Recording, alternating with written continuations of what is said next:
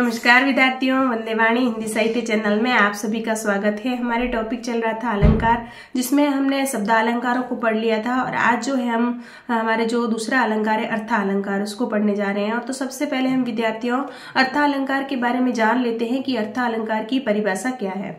तो साहित्य में अर्थगत चमत्कार को अर्थालंकार कहते हैं, यानी कि जो चमत्कार होता है वो अर्थ के माध्यम से होता है, वहाँ अर्थालंकार होता है। क्योंकि शब्दालंकार में हमने पढ़ा था कि वहां पे जो अलंकारों में जो चमत्कार होता है वो शब्द आधारित होता है और उसकी जगह पर्यायवाची रखने पर क्या होता है कि अलंकार जो है समाप्त हो जाता है, उसका चमत्कार जो है समाप्त हो जाता है। तो विद्यार्थियों, इसमें अर्थालंकार में यदि अर्थ के स्थान पर हम उसका पर्यायवाची रख भी देंगे तो भी उसमें चमत्कार समाप्त नहीं होगा, लेकिन शब्दालंकार में उस शब्द के स्थान पर यदि हम उसका पर्यायवाची रख देते हैं तो अलंकार जो है उसमें अलंकार में चमत्कार समाप्त हो जाता है। तो विद्यार्थियों, जान लेते हैं हम अर्थालंकार की परिभाषा की साहित्य में अर्थगत चमत्कार को अर्थालंकार कहते हैं, अथवा जहां शब्दों के अर्थ में चमत्कार स्पष्ट हो वहां अर्थालंकार माना जाता है। भागीरथ मिश्र के अनुसार अर्थालंकार के 7 भेद माने गए हैं। जो 7 भेद हमें माने गए हैं भागीरथ मिश्र द्वारा, उनको हम जान लेते हैं कि इन्होंने कौन कौन से 7 भेद माने हैं। तो सबसे पहले सादृश्य मूलक या साधर्म्य मूलक। इनका आधार सादृश्य या साधर्म्य होता है, अर्थात इनके मूल में किसी न किसी प्रकार की समानता रहती है।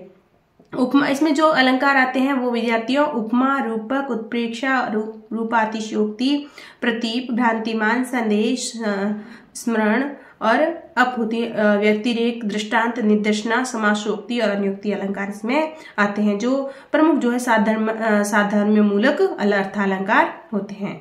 दूसरा है विरोध मूलक। इनका आधार विरोध होता है, अर्थात इनके मूल में किसी न किसी प्रकार का विरोध रहता है। विरोध कई प्रकार का हो सकता है, जैसे वस्तु और वस्तु का विरोध, गुण और गुण का विरोध, क्रिया और क्रिया का विरोध, वस्तु और गुण का विरोध, वस्तु और क्रिया का विरोध, गुण और क्रिया का विरोध, कारण और कार्य का विरोध। इस प्रकार जो है विद्यार्थियों इसमें कई प्रकार से जो है विरोध रहता है।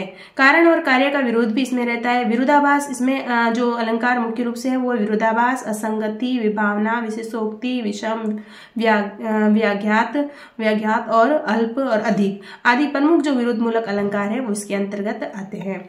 तीसरा है श्रृंखला मूलक। इसमें विद्यार्थियों एकावली, कारणमाला, माला, दीपक, सार आदि जो है अलंकार इसमें आते हैं। तर्क न्याय मूलक में काव्यलिंग, अनुमान और काव्य न्याय मूलक में विद्यार्थियों परिसंख्या, यथासंख्या, समुच्चय आदि जो है इसमें आएंगे काव्य न्याय मूलक में।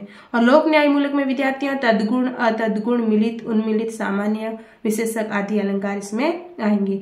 और गूढ़ार्थ प्रतीति मूलक अलंकारों में विद्यार्थियों सूक्ष्म, व्याजोक्ति आदि इसमें जो है अलंकार आएंगे। तो आज हमने जाना कि अर्थालंकार कहते किसे हैं, अर्थालंकार के अंतर्गत कितने भेद किए गए हैं और इनके जो है अर्थालंकार जो है अर्थ पर आधारित होता है। इसमें उस अर्थ के स्थान पर पर्यायवाची रखने पर भी जो है चमत्कार समाप्त नहीं होता है। अब विद्यार्थियों अगली क्लास में हम जो है इससे आगे जो हम अलंकार लेंगे उपमा अलंकार, उसके बारे में पढ़ेंगे। आज के लिए इतना ही, धन्यवाद।